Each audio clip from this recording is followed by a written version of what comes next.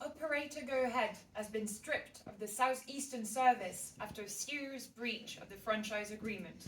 The cost of the HS2 high-speed rail line soars to over £106 billion. Plans to build a new high-speed rail line from Manchester to Leeds have been shelved.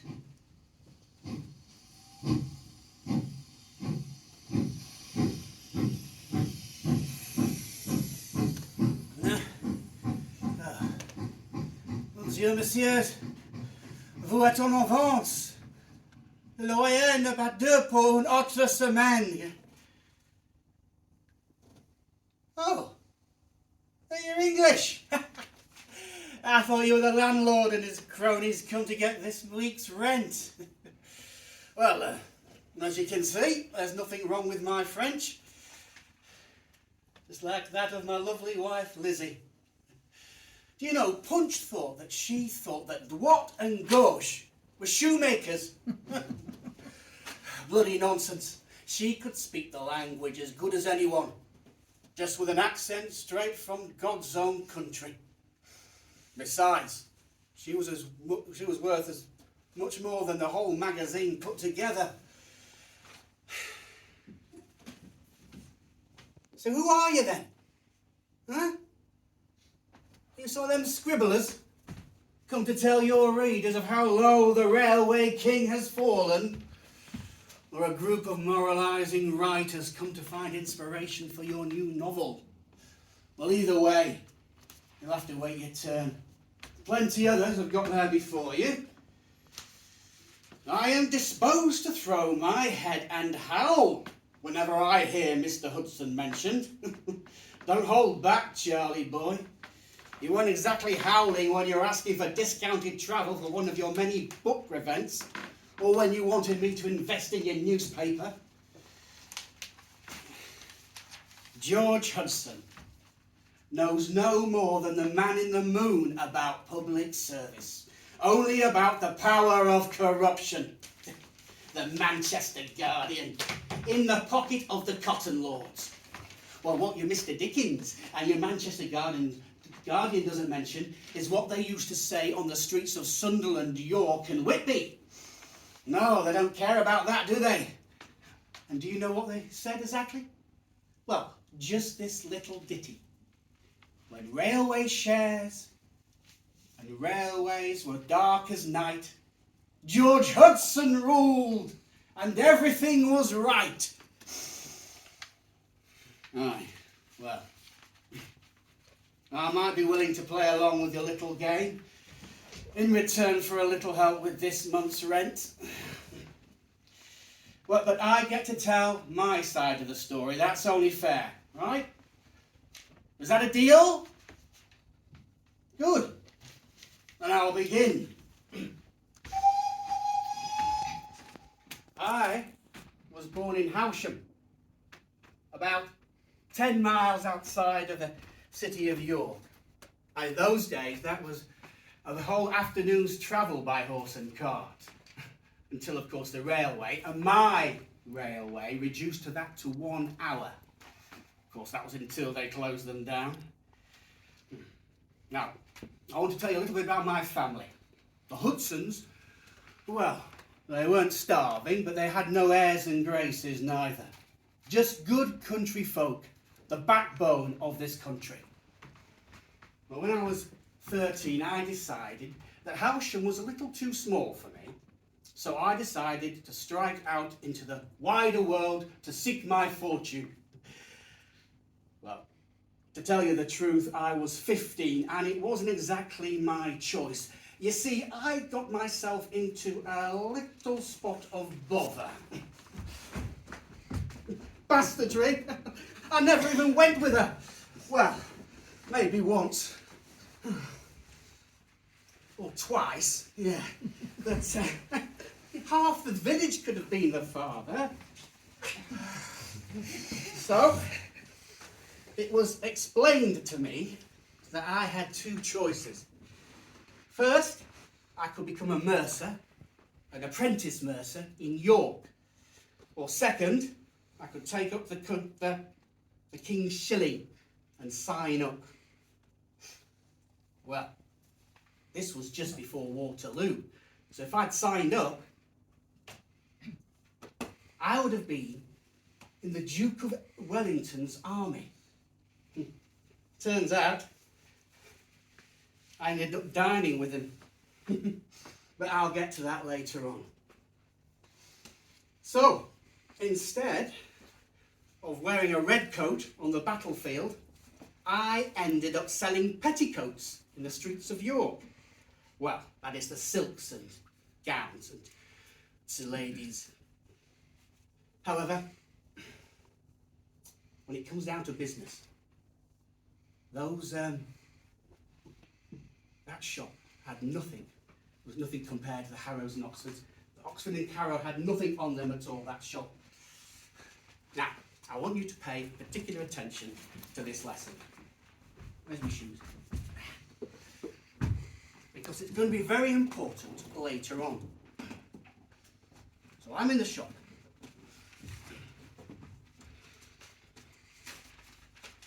Excuse me. Now, oh, good morning, Mrs. Jones. You're looking ever so well. I mean, well as she'll ever look. What would you like to buy today? As if this skinflint boys anything at all. Some muslin for a Sunday dress? What about some silk for a gown? Well, I've got a roll of some material that will be ideal for you. Only 20 shillings. She'll need more than a single roll the way she's been eating lately. Well, as it happens, we've got something... No, you're right. It doesn't quite agree with you. Well, as it happens, we've got something that you might prefer.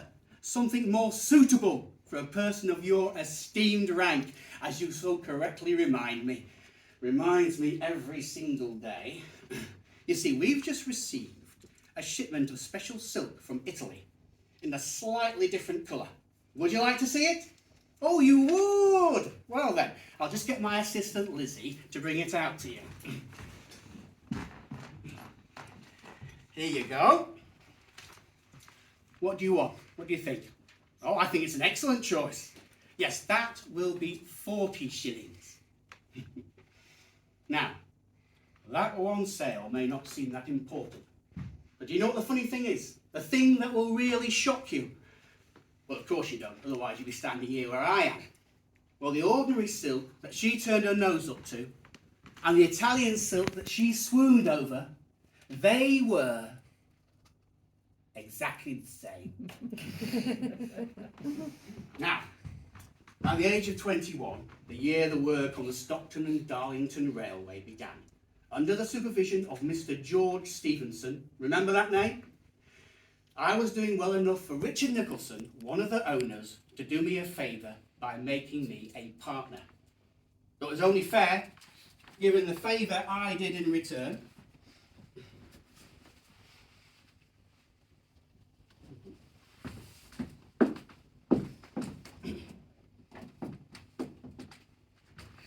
I, George Hudson, take thee, Elizabeth Nicholson, to be my lawful wedded wife, to love and to cherish until death do us part.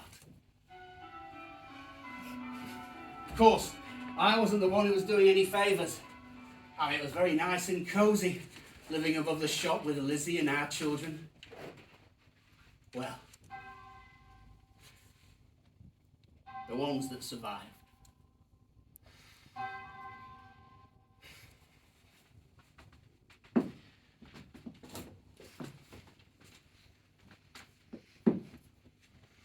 Anyway, having got my start in life the old-fashioned way, my next break came through my great-uncle, Matthew Partridge. Now, he had a lot of relatives who were a lot closer to him than I was, but none of them could stand him. Well, neither could I, actually. But I knew that I didn't want to be a mercer forever. So I knew that the only way to get into the wider world was to be nice to that old man. Plus, I respected anyone who was clever enough to accumulate a lot of wealth, including...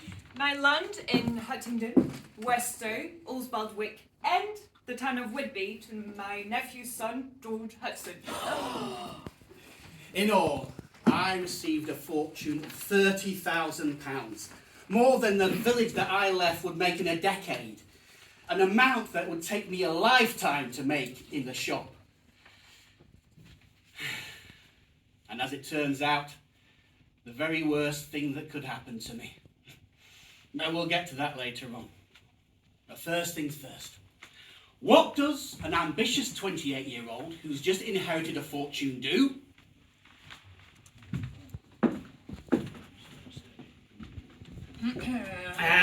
Now the Whig candidate says that we want to prevent the honest homeowner from having a vote. That's a lie. We're not against reform, we just want it done in a constitutional manner. Which is why you should elect Sir John Lowther to represent this sitting in Parliament. 100 years, 1,000 years, we're marching on the road. The going isn't easy yet, we've got a heavy load. We've got a heavy load. The way is blind with blood and sweat, and death sings in our ears. But time is marching on our side. We will defeat the years. We will defeat the years. Are you Englishmen? Are you men of fair play and honest dealing? We are entitled to a hearing, and we will be heard. And I will swear up to any man that is willing to take me on toe for toe. Well, as you can guess, we didn't do very well. But people remembered my name and the fact that I didn't back down. So when Lowther ran again and won this time, who was chosen to manage his campaign? When a group of local businessmen decided that York needed its own union bank, who did they choose to chair it? None other than George Hudson. Nope, that's Alderman George Hudson. In fact, make that George Hudson, Lord Mayor of York.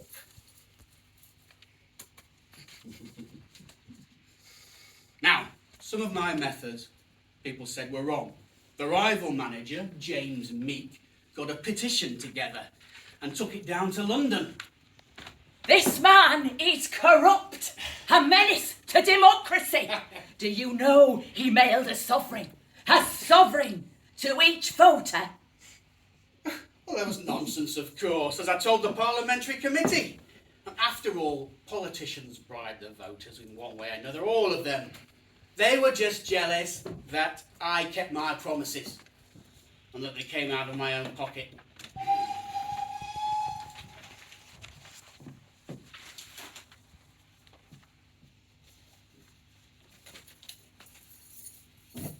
Now, actually, maybe I'm getting a little ahead of myself, because between the election and becoming Lord Mayor for the first time, an event took place that would change my life and the course of this country's history. It's December 1833. The great and the good in York are assembled at Tomlinson's Hotel to discuss the railway situation. Now you see, even after the Stockton Railway opened, many still thought railways was just a passing fad. But then in 1830, something happened that would change people's minds forever. We are pleased to announce that the London to Manchester Railway, constructed by George Stephenson, seems to have been an unmitigated success. In its first week of operation, no less than 6,104 passengers were carried on it, and the numbers increase every day. Well, suddenly all the major towns, London, Leeds, Selby and Birmingham, are talking about or even building their own line. So, something must be done, otherwise York will be left behind. York should have a railway. York needs a railway. York must have a railway. At the meeting, they agreed to form the York Railway Committee and elect me as its treasurer. Unfortunately, The chairman is none other than one James Meek, the man who accused me of bribery. And while I have some experience of railways from my work at the Union Bank, the others in charge don't and aren't inclined to listen to a word I say. So naturally, the report is exactly what you'd expect from a committee of the great and good in York. Why do we need passengers? I say, this steam engine thing is just a fad. When it comes down to it, nothing can beat a good horse-drawn tramway. While we all defer to his undoubted expertise when it comes to ladies' dresses, the good Mr. Hudson's proposals for a passenger railway need, dare I say it, some rethinking. Eventually I get so frustrated that I walk out in anger, even draft a letter of resignation. But something inside me refuses to quit. But how can I persuade the others to see it my way? The answer comes to me when I'm on holiday in Whitby, checking up on my properties, when I bump into George Stephenson, the genius behind the Liverpool and Manchester Railway. Well, I boldly go up to him and tell him that I want to make all roads come to York. Well, fine. Maybe I say that and maybe I don't. But what I definitely do is something that George Hudson has never done before. Namely, shut up while the other George tells me about My plans for a railway in the North Midlands. Well, correct me if I'm wrong, George, but this could be bigger than just the Midlands. I mean, if we could build an even larger network, then eventually someone in one outlying city or village could travel to the other side of the country. Aye, I guess so. But that'll need brass, and plenty of it. Well, as it happens, I know someone who can deal with that. I therefore persuade George to go with me to the York Railway Committee and convince them that their plans need changing to connect with George's other line. And at the same time, I start on the process of turning the committee into something that people will want to invest in. So, say hello to the York and North Midland. The next thing is to raise money, lots of it. So I go door to door encouraging people to invest in the new company, both in York but also by taking a horse-drawn carriage down to London, which takes 24 hours each way. I'll put almost every penny I have into the venture also, becoming its largest shareholder. In the end, we raised £250,000. I get a bill authorising the line drawn up and get the local MP, who also happens to be the person in charge of the committee scrutinising it, to introduce it. But just before work is about to start, a local landowner, Lord Howden, starts kicking up a fuss, claiming that the planned line will Run roughshod over my estate and disrupt my land. In the end, he has to meet with me, alone, which can only mean one thing.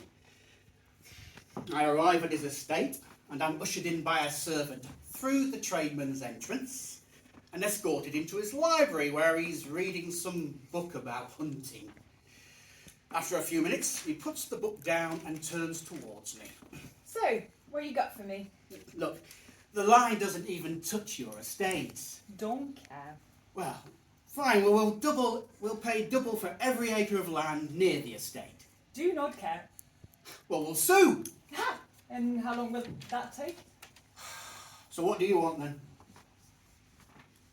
And he laughs and then hands me a piece of paper with £15,000 written on it.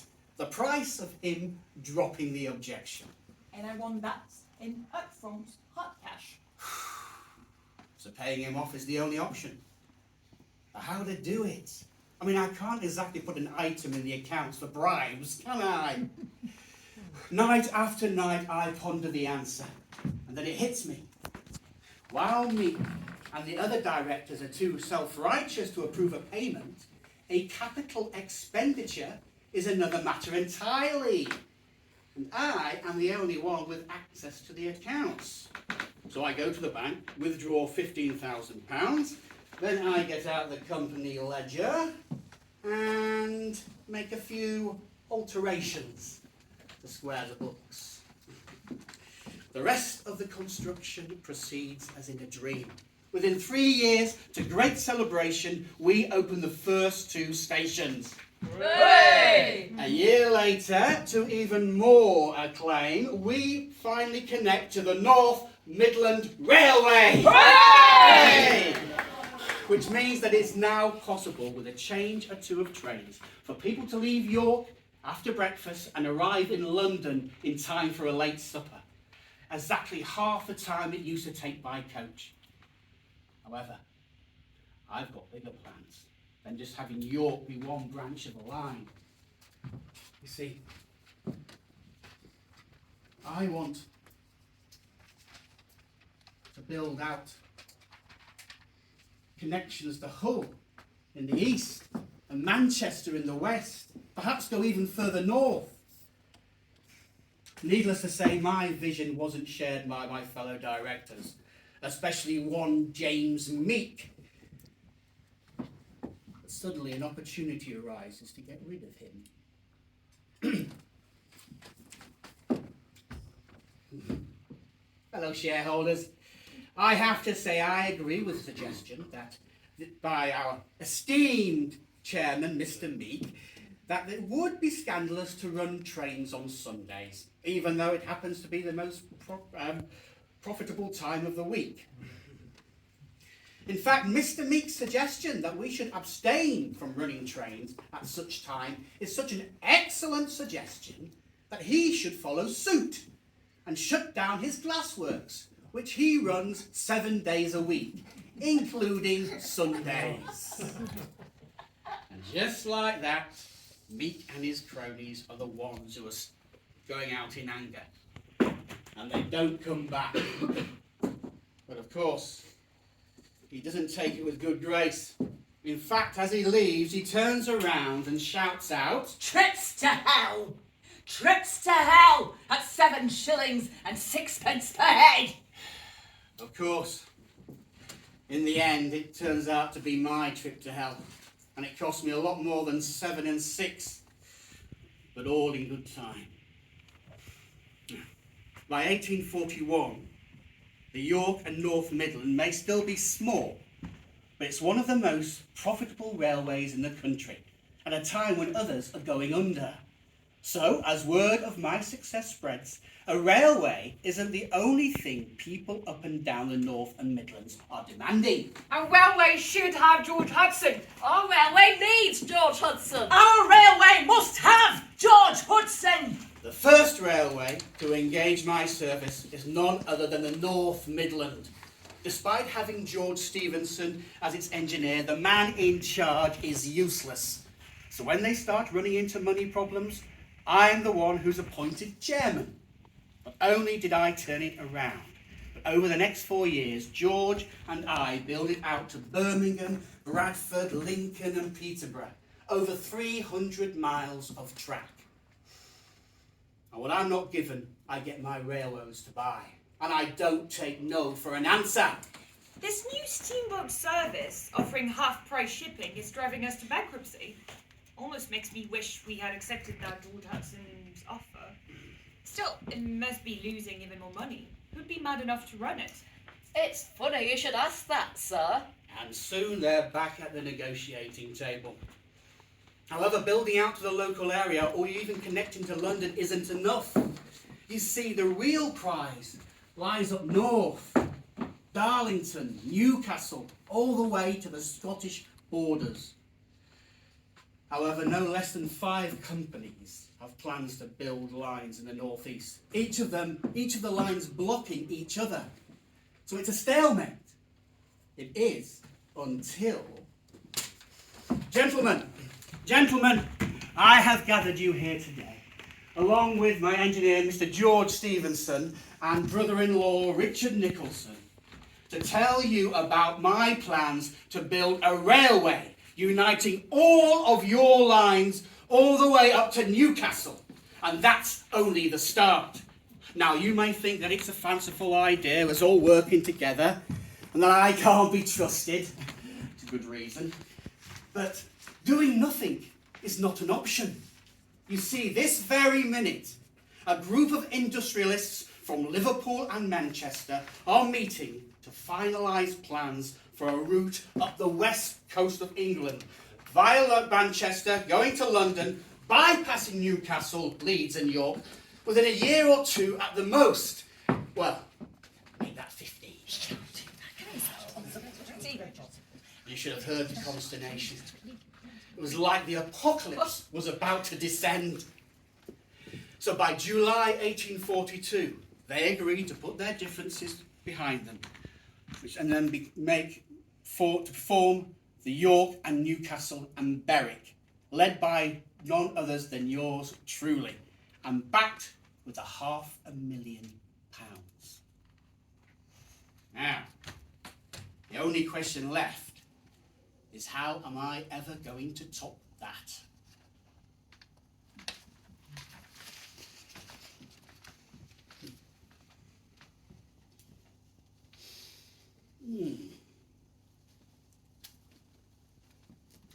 Well, thank you, Maddie. It's now 1844. And while I'm a respected railway promoter and operator, I'm still only first among equals. But that's set to change. You see, there's this politician called William Gladstone. He wasn't Prime Minister then, just the head of the Board of Trade. And one day he stands up in the Commons and introduces a bill for the government to have the right to revise the fares for any railway after 15 years, as well as the right to purchase it outright. Now, young William isn't wrong that in the right hands, a single body could end the unnecessary competition, line duplication, and gentlemen playing at being railwaymen. But it could just as easily end up replicating the chaos of the York Railway Committee. And most importantly of all, what's going to happen to my business empire in this brave new world of state ownership, eh? I mean, has he ever dealt with sceptical investors or a group of angry navvies? Has he ever felt the rush of air through his hair as the train races down the tracks? Seen the clouds of steam as they rise from the smokestacks? Or heard the whistle of the train? Of course not. He lives in London. Probably goes everywhere by hansom cab. Now, up and down the country, meetings are held against Gladstone's bill by the directors and owners of various companies. But the more the fools lobby against it, the more popular it becomes. So I try a different tack. Write to him, requesting a meeting, and eventually he agrees. When the evening arrives, I'm ushered to a table at his club. He's poring over parliamentary papers, barely acknowledging my existence. I start by telling him that the bill will never get passed. Really? Do you see this long list of the MPs who have agreed to support the bill? I pick it up, examine it, laugh, and then... What the blazes are you doing? I say, you can't just come in here and start scribbling all over my papers. Oh, you mean these figures? Well, that's just the amount of railway shares each MP has either bought or been gifted. Shares that will be worthless if your bill in its present form becomes law. Now, I'm no politician, but I think they might have a view on that. At least they will do when they're told about it by Mr. George Hudson. Suddenly, he becomes a lot more open to compromise. When we leave several hours later to our respective homes, the threat of nationalisation is gone, to be replaced by a guarantee that all train companies up and down the land will run at least one third-class train a day, charging no more than a penny a mile. Yes, For the first time, reliable mass travel will be within the reach of the ordinary man. Now, looking back, that's where I should have bowed out and stick with business. But the fight had whetted my appetite, and owning railroads and MPs wasn't enough. I wanted to lead them. So I decided to look around for a parliamentary seat. Now, York has already got 2 Conservative MPs who I helped get elected. Whitby is another possibility, and I'm very fond of that little town. But I don't like to wait, and an opportunity comes up, a vacancy in Sunderland. Now, my opponents don't exactly lie down. They point out that I've always believed in protection, which they say prevents the working man getting cheaper food. As if the factory owners wouldn't just use that as an excuse to cut their wages. They even call me a carpetbagger and remind me that I've not been seen in church lately. Still, times are tough in Sunderland. So when I announce a new company to build 40 acres of docks, call it levelling up, the question isn't whether I'll win, but for by how much. But I don't just sit back and savour my victory. No, that's not my style. Instead, I make a statement of intent. So the very second the polls close in the afternoon, I send my agent Allport on special train to London, via Darlington, York and Rugby, and Leicester. The train steams down the track at the speeds of up to 75, yes, 75 miles an hour, into the evening, until dusk, until it's finally overtaken by the night. At 1 a.m, it finally pulls into Euston, hissing from the effort. Half an hour later, Allport reaches the offices of the Times, just before it goes to print. By 3 a.m, his train is pulling back out to begin a long charge up the country. So by the time the official results are read out at noon, I, the returning officer for Sunderland, do hereby declare that George Hudson wins Sunderland! behold the march of progress! Behold the march of steam! Of course, I still have railways to run, several in fact, and an increasing number of people all want a piece of the action. Indeed, in 1845 alone, no less than 220 bills are passed by Parliament. However, it's one bill in particular that keeps causing me sleepless nights.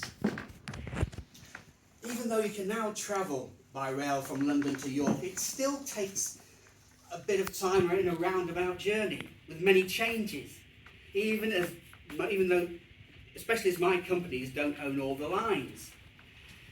A certain group of businessmen in both London and York, including my friend James Meek, who by now has got over his scruples about Sunday travel, get it into their heads that If one company builds a direct route from London to York via Peterborough and Lincoln, my engineers tell me that it will be able to run a train between the 2 cities in much less time than the 10 hours it currently takes. only does that make sense? And if we join forces with my network and their line, we could have the heart of England all to ourselves. But I'll be damned if I'm ever going to sit in the same room as that self-righteous windbag again. So it's war. First, I buy a chunk of their shares, forcing them to raise cash if they want to retain control. Next, I use my influence to get their parliamentary bill blocked, which is not hard since they're not too particular about keeping accurate accounts. But I know that I can't stop them forever. So every night I sit and poring over my maps and surveys until the answer hits me. Now, if I could build a railroad from London to Rugby via Cambridge, then I'd have a slightly faster route than the one that they're proposing. And what's more, a company has already been granted permission to build such a route. Problem is that company, the Eastern Counties Railway, is a complete and utter shambles. half bankrupt already, and with a dire safety record, and it's only built so far to Cambridge. It not only needs competent management, but also a huge amount of new capital. And also, who would be stupid enough to put any money into it? Still, while the Eastern Counties Railway is a shambles, George Hudson's Eastern Counties Railroad is a very different matter. Remember the silk shop back in York? Aye. And so when I become its chairman, people are clamouring round the block to invest in it. Of course, railroads aren't the only thing that I'm buying. Having acquired my fortune, I put it into land. 120,000 acres, to be precise, in Lonsborough Park, with its own railway station. Sold to George Hudson. Secondly, I also sell my house in Mungate and move to Newby Park in Thirsk. Every modern amenity, including one of those newfangled telegraph lines. Sold to George Hudson. Finally, I buy 2 mansions in Albert Gate near Hyde Park. One that Punch calls ostentatious and vulgar, like me. Sold to George Hudson. But no matter how much I buy, I can't get the real aristocrats to come and dine with me. And until that is, I discover something about the upper British classes. You see, while they won't dine with little old George Hudson, they will dine with their own kind. And if that happens to be over champagne at George Hudson's house, well, that's a entirely different matter altogether. Now, once I realise that, it's a question of waiting for the right moment. And one shortly presents itself. You see, I want only the best for my children. And for my daughter Anne, that means finishing school. Trouble is, not all those ladies are very ladylike. And every evening she comes home in tears. Until one day at school, I have a guest at the door for Anne Hudson. Anne Hudson? She's so common. Who'd want to receive her? The Duke of Wellington. What are you doing here, Your Grace? Excuse me, but are you Anne Hudson? You see, I've arrived to take her to tea with her father and myself. Are you seriously taking her to tea? Didn't you hear what I said? Quite extraordinary. I give you your orders, and you want to stay and discuss them. I told you the Duke of Wellington would enter this story, didn't I? A real gent. Although even real gents have bills to pay. Or sisters who have put half their family fortune into shares in a railway with no stations, no tracks, and no hope. Still, I know how to handle such things. So I start dropping some words in the ears of people I know that the York and North Midland is going to buy this railroad. I might even have snapped up a few shares myself. Pretty soon, the shares are soaring, allowing Wellington's sister to sell at a modest profit. Though the silly madam wanted to keep them. Had to explain to her that things don't really work that way. Unless you're me, of course. After that, I have no trouble getting people to come to my house or get them to invite me to theirs. Indeed, soon I am Overwhelmed with business, yet super adding it to ostentatious and high-flown amusements, balls at great country houses. By the break of dawn, Hudson was gone from Newby Park, on Newton Rookery, on the edge of dinner, drinking nothing but champagne, then at last, finally tumbling into bed, worn out with business and madness. Oh, Mammon, art thou not a hard god? Well, it was a hard life, Mr. Thomas Carlyle. Yeah, I mean, those drinks, they were to do with business. And I never lost sight of where I came from. Every morning in London, I was in Billingsgate getting the food for my family and guests. Well, driven there by a carriage, gout permitting. Still, Carlyle wasn't the only one who didn't take a shine to the way my life was changing. You're building yourself a statue?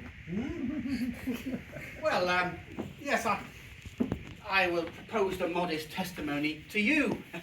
Just a few £100 and a plaque, but one of the fellow directors suggested that a statue might be more appropriate. Oh, and any memorial should also include me as well. And then sending a letter to all the contractors and subcontractors with the amount that they're going to pay? Well, I was just trying to make things easier for them, really. You have become too great a man for me now. I am not satisfied at the way our railways are being run, and I do not intend to take any more active part in them. I have made you a rich man, but you care for nobody except that you can get money by them. Naturally, I show him that I've heard his message loud and clear. By taking him off the statue. I mean, with lines of engineers all lined up to work for me, why do I need him? That's not all. I forget Carlyle and even George Stephenson. I get the word that the big lady herself, the Queen of England, the Empress of India, is coming to Cambridge to see her husband installed as University Chancellor. And what do you know? The route from London to Cambridge is on the eastern counties. Well, I'm not going to miss this opportunity. So the eastern counties, I mean George Hudson's eastern counties, pushes the boat out. A special carriage, fitted out in white and gold, with bouquets of flowers, and a couch for Her Majesty, and chairs, of course, for her ladies in waiting. Well, for most of the trip, I'm standing on edge, because she isn't saying anything. Afraid to meet her eyes, afraid not to meet her eyes. I'm thinking over and over again as the train's going along the tracks, shaking from side to side, whether I've done something wrong or made a mistake. And then, at some point along the trip, she looks at me, and she smiles, and she says, Really? This is beautiful. This is most gratifying. and then she turns away and says something to Prince Albert, which I can't quite make out, but it sounds very much like... Why didn't you invest in any of those railway shares? And now I'm thinking, how long is it going to be before I'm Sir George Hudson? No, make that Duke Hudson of York. Well, that's already taken, but shouldn't I be thinking even higher?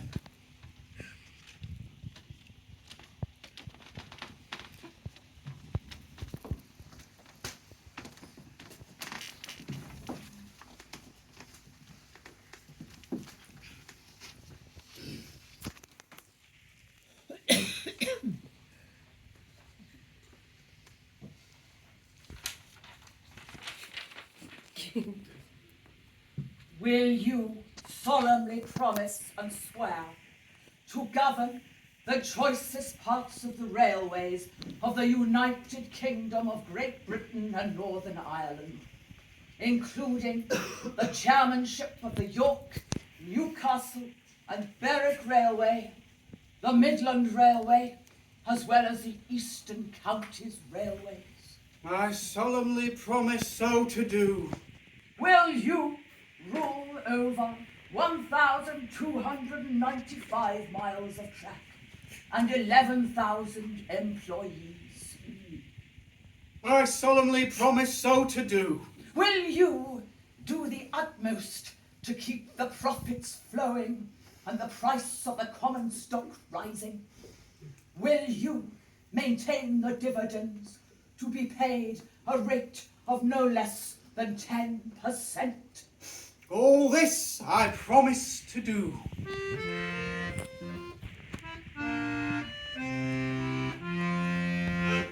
Of railways I'm the railway king, Hudson England I sing, a monarch whose grasp with his iron hand the land is electric, nor can command. Ri-tu-ra-lu-ra-lu-ra-lay, ri-tu-ra-lu-ra-tu-ra-lu-ra-lay. King Hudson, they say, but I can't tell how soon, is going to railway it up to the moon. He was caught telescoping the man from his lair, and asking him if he would hold strip and share. Ri-tu-ra-lu-ra-lu-ra-lay, ri-tu-ra-lu-ra-tu-ra-lu-ra-lay. Then here's to King Hudson and family his road, who in iron has found the philosopher's stone. May his frame be long found of true cast iron mold, and circled his brows with his own well-won gold. Ri-tu-ra-lu-ra-lu-ra-lay, ri-tu-ra-lu-ra-tu-ra-lu-ra-lay.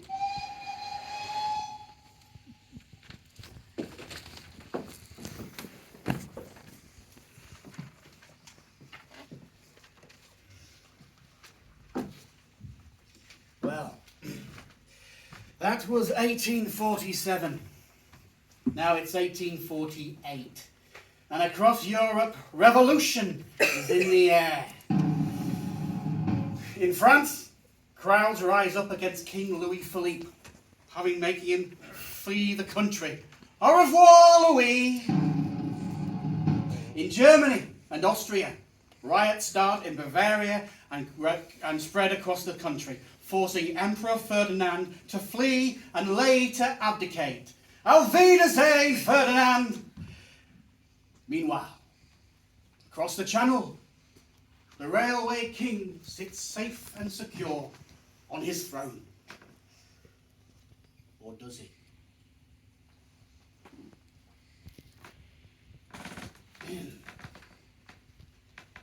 The bubble of the age. The fallacies of railway investments, railway accounts, and railway dividends by Arthur Smith. Snappy little title. Well, Mr. Smith reckons that I've been fiddling the books, paying dividends from capital. Or to put it more simply, instead of making large profits, my railways, some of them at least, are paying dividends with borrowed money. For a second, my heart skips a beat. Because, while some of the facts and figures may be debatable, the general idea of what he's saying isn't. As I have been fudging some of the figures, and I have been paying dividends out of capital. And in the case of the Eastern Counties, I've been fudging things quite a lot. Well, some people must have read Mr. Smith's book, because a few weeks later, a group of shareholders demand a special meeting about it. So, as I get out of my compartment of my specially chartered train, it's clear that something is wrong. And by the time I stand up to speak, every pair of eyes in the room are on the spot where I'm standing. Is this the moment that the railway king loses his head? Turns out it's not. I get up there, look them squarely in the eye, and announce a large increase in the dividend. Suddenly all the questions about accounts fade away. Funny, isn't it? Goodbye, Mr. Smith. Meanwhile, things are looking up for my other members of family. You may remember my daughter Anne, the one whose school friends wouldn't talk to her. Well, now she's one of the most eligible young heiresses in London. And what do I see in this copy of The Spectator? It is said that Anne Hudson, daughter of Mr. George Hudson MP, is about to be united to Mr. Dundas, scion of one of the oldest and most distinguished families in Scotland. And it's not just Anne. My eldest son George is getting quite a reputation as a wit. Of course, if I'd said the things he'd said, it would be further evidence of the vulgarity of the railway king. But then again, the Prince of Rails, one generation removed from the messy business of making money. In fact, that summer is a blur, full of balls, dinners and dances. At night, I dream I'm on a pleasure train with a party in each carriage. Indeed, I'm so busy that I'm not able to attend the construction of the bridge across the Tweed, 26 arches, or the funeral of George Stephenson. But things are set to change, because people who are revolting don't tend to buy as many goods, which means less British exports to Europe. And pretty soon the whole country is in a downturn. And by winter it's clear that I'm not going to be able to pay even phony dividends.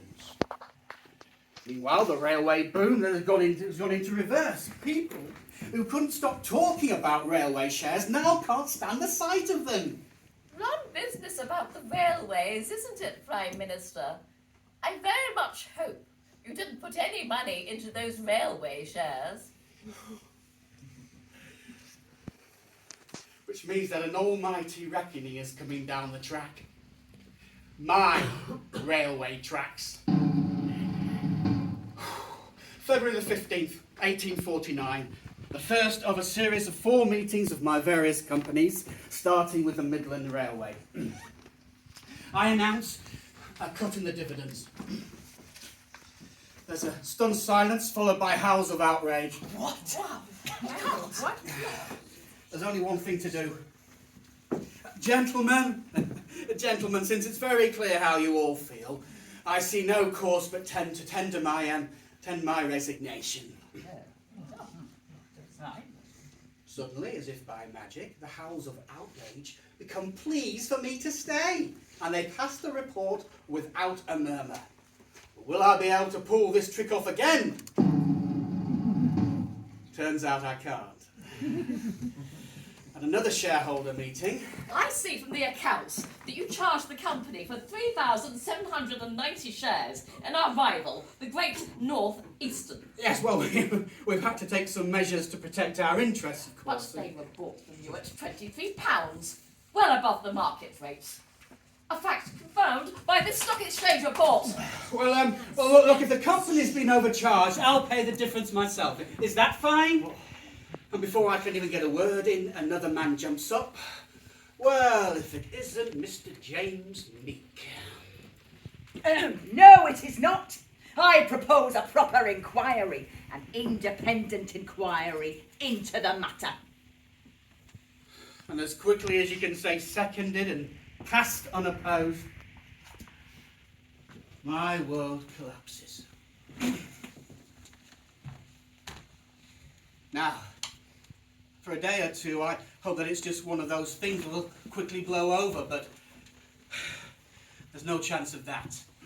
Shortly afterwards, there's a big meeting at the home of Lord Stanley, who's always been very friendly to me when it was in his own interest, but it's not anymore. I regret that Lord Stanley is not able to receive you tonight. He thinks that it's best that this current unpleasantness is resolved before any further interaction between you and him takes place. All through the carriage to King's Cross, and then the train, specially chartered of course, I move between rage at the man's cowardice, sending a servant to turn me away, and despair. In fact, I'm so upset that I don't attend the final meeting. That doesn't stop the Eastern County shareholders demanding that I turn up. All day the wires to Newby Park are clacking with unanswered telegrams until I tell the steward to sever them. I end up resigning. Within a month, I've started to resign my other positions. So goodbye York, Newcastle and Berwick, goodbye Midland, and goodbye Union Bank. Meanwhile, the fallout is starting to hit other members of my family. The Dundasses break their engagement with Anne without telling either of us. And then I get a letter from Harrow.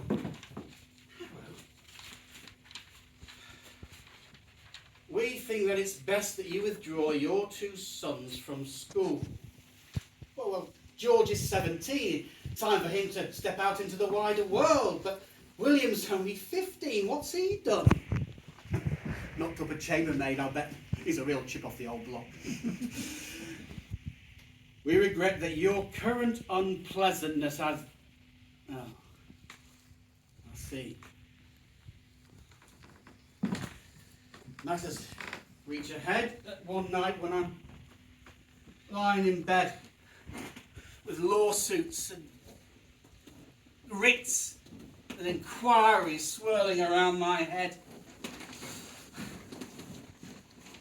At first, like a year before, I dreamed I'm on a train with everyone celebrating. But then I hear a distant sound of a hymn that I've sometimes heard in the street. There is a railway downward made, which God the Father never made, but it was made when Adam fell. What number it conveys to hell. Well, everyone's too busy celebrating, so I push my way to the front. And when I eventually get to the cab, what I see sends shivers down my spine. Satan himself is the engineer, his coat of arms the servants wear, the steam his breath which drives the train, the fire is sin which feeds the flame. I try and warn the passengers, but I find my limbs growing heavy. And when I cry, nothing comes out. Desperate, I look out the window. The devil now begins to boast of numbers great, a mighty host, who are inclined their place to take, to travel downwards to the lake. And I see that the track on the bridge we're about to cross is about to run out. And then it does!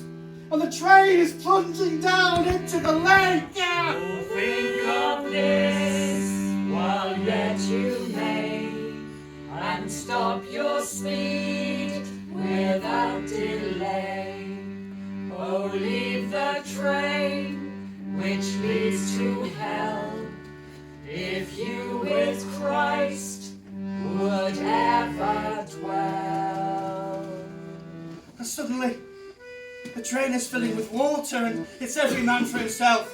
And then I spy my brother-in-law, Richard, the man who took me in when I was 15, the man who gave Lizzie away at our wedding, the man who served as a director on my railway. And I reach out to him, but I just end up bringing him down with me as we plunge into the sea.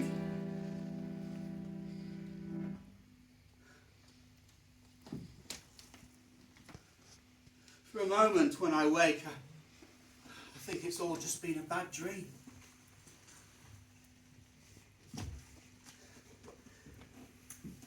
And then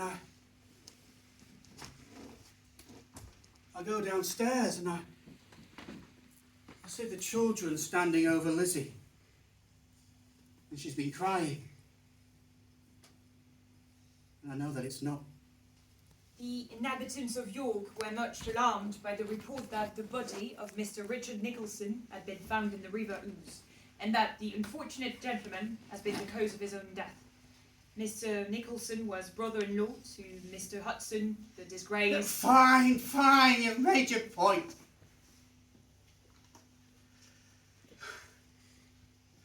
But of course my problems don't stop there. Because with witch hunts, it's inevitable that they'll bring up a few broomsticks. And in my case, a whole roomful. Profit from the sale of iron rails to your company in clear violation of the Company Act, £47,500. Cheques to landowners and contractors diverted into your own bank account and never repaid. £75,000. Excessive travel expenses, £68, 1 shilling and 2 pence. We therefore estimate that the grand total of your liabilities comes to £750,000! How am I supposed to find that? So naturally I fight it out in court, which I lose, putting me into more debt, while my reputation goes further down the drain. Even the council, led by James Meek, Lord Mayor James Meek, doesn't miss the opportunity to stick the boot in. Gentlemen, I think we all agree that in view of the recent unpleasantness, that Mr. Hudson's name be removed from the roll of alderman and Hudson Street be renamed Railway Street. And then an opportunity comes up. Well, I've been long resigned from Union Bank. One of my fellow colleagues, James Richardson, is still in charge. But then a clerk steals £24,000 of the bank's money to speculate on shares. Railway shares. Even though the fraud had nothing to do with James or me, the Yorkshireman still insinuates that we were somehow to blame. So I persuade James to sue for libel on our behalf and give him the money to employ the best lawyers. Now, I spend 3 days in the witness box arguing the ins and outs about nearly every transaction I've been involved in. And at the end, the jury deliver their verdict, a knockout blow. They accept that James wasn't involved in any mischief. But the paper still wins. Because no man should be trusted who is even narrowly associated with Mr. Hudson. That man is not only corrupt, but has corrupted everybody around him.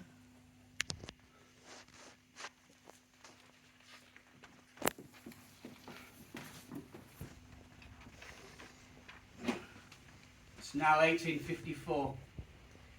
The first dawn of the new year over Newby Park is truly glorious. Problem is that I'm too busy packing, as all my properties and land is being sold to pay my debts. Even Albert Gate is now the French embassy. Meanwhile, there's another problem. During one of the court cases, some bright spark finally notices that I wasn't the only one to receive free shares, as many MPs also, should we say, benefited as well. And suddenly there's a public outpour and a demand for an official inquiry into the alleged bribery. The honourable member for Sunderland. Resign! And as I get up, I see faces that used to take my money and drink my champagne now jeering and snarling. And I know that they want nothing more than for me to slink away and resign, or go into some jungle and hide. If I don't, an inquiry could send me to jail. But then I also realise that if I do resign, I'm going to debtor's prison, because I will lose my parliamentary immunity. Then I look at them again, and I realise that beneath their contempt is fear. Because if there is a proper investigation, then a lot of the people who are now on their feet with outrage or mock outrage will be joining me behind bars. Now, I can take advantage of my knowledge, cut a deal, maybe get my debts paid, plus a nice little retirement bonus. But I'm not a telltale, never have been, so I'll stay silent. But won't bow down to save their blushes neither. But how to communicate this to them?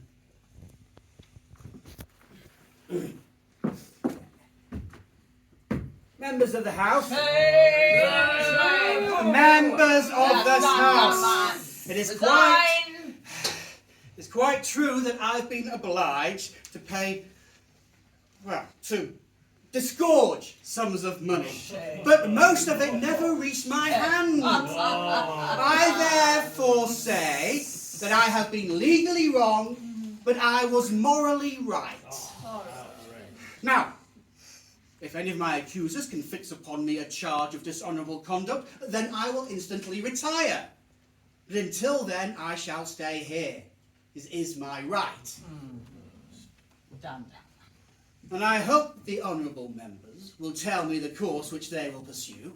So, if they move for a committee to follow me from the cradle to this present day, I am ready to meet that inquiry head on. And suddenly all the clamour and outrage lie down.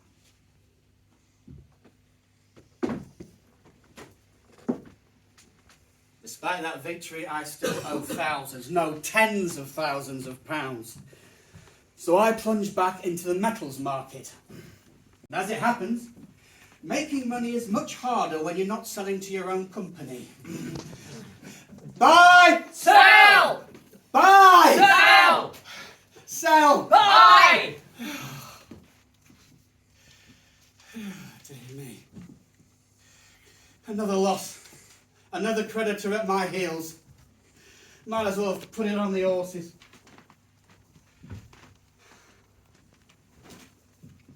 A few weeks later, I get a letter from a widow of my sons.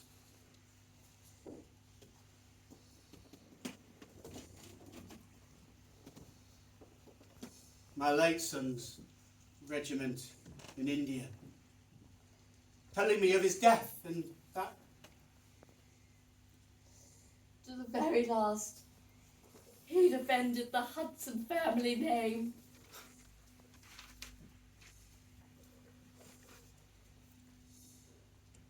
Clear the family Hudson's name.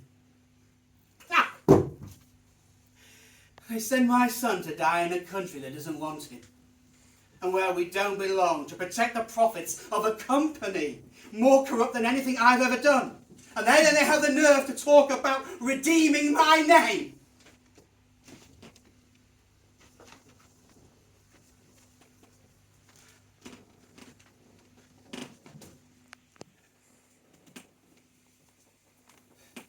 Amazingly, I cling on to my seat in the next election.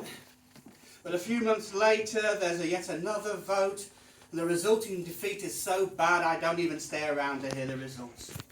But instead, I'm on a boat to France without Lizzie or the children. Only way to escape debtor's prison. So, bankrupt, exiled, and estranged from wife and country. Even Charlie Dickens feels sorry for me when he spies me on the dock at Calais. Except I have one last trick. You see, the one piece of property I've been able to hold on to is a house in Whitby. And I get word that the Liberal MP there, Harry Thompson, is not very popular. And he's a friend of one James Meek. So when the next election is called, I put my name forward, setting up a showdown with Meek running Thompson's campaign. Hudson is a fraud. Well, creative with figures, let's say. Hudson stole from his company. Oh, didn't use those exact words. But, Hudson's promises of making Whitby great again are nonsense. He hasn't a penny to his name and is up to his eyeballs in debt. Certainly can't argue with that. No. I want you to vote for my friend, Harry Thompson. Thompson, go away! Whitby people like fair play. You don't like have had your day. A song let us sing to our railway king, a parliament man that's to be. For having we will, in spite of all they bring, and vote Hudson, Whitby's next MP. So when in 2 days before the election my hotel room was jammed with well-wishers, my victory was assured. Was being the appropriate word. You see, in amongst the throng of well-wishers and glad-handers were bailiffs come to arrest me for one of my many debts. one held by one of the friends of the Honourable Mr. Thompson and Mr. Meeks. They grabbed me by each of my arms, fingers digging into my flesh, took me from my breakfast and escorted me to the station, where I was taken by train, 3rd class, to York, my hopes disappearing with every jolt of the carriage. The stock has really gone downhill since I left. So, by the time the results are heard, I was in a mattress in York jail trying to pick the lice and bugs from my clothes. As it turned out, the Conservatives did win, but without me. I was replaced within a week of the results of my arrest. No attempt to bail me until weeks after the campaign, and even then I had to leave for France again. That's 35 years of loyalty for you.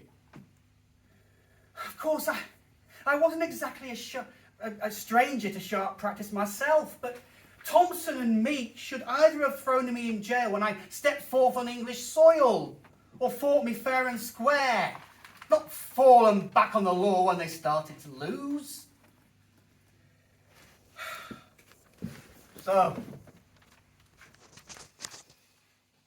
there's your story of how greed and avarice corrupts a man.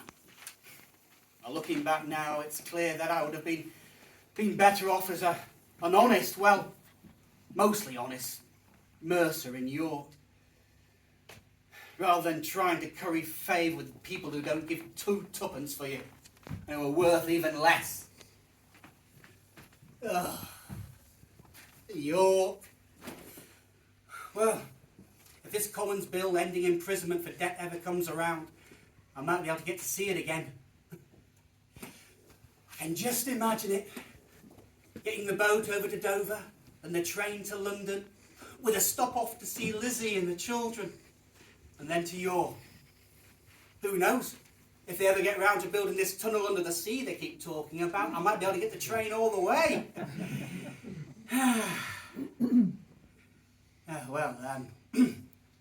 You'll have to excuse me. I've got a bill to settle. Before you go, ponder this. Me and those of my era may have been bullies and tyrants and cheats, but we built things. Factories, viaducts, railways. And if you're not careful, you'll get people just as corrupt, but who are unable to maintain the legacy that I worked so hard for. The HS2 line beyond Birmingham will now be scrapped. The government says the list of replacement projects was meant to be illustrative after it was found to contain existing lines.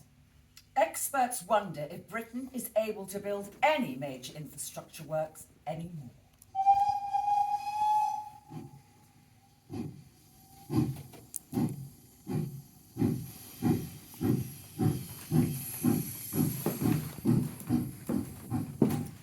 We record the death of one whose name has been long used to point to the moral danger of vaulting ambition. To the last, he was energetic and enterprising. Once, all he touched turned to gold. Later, his name was enough to wither the prospectus on which it was printed. It would be ridiculous to deny his faults, but he was the creature of our system. He made the best of it and turned it to account for himself and the nation. When Railways and railway shares were dark as night, people said that Hudson ruled, and all was right.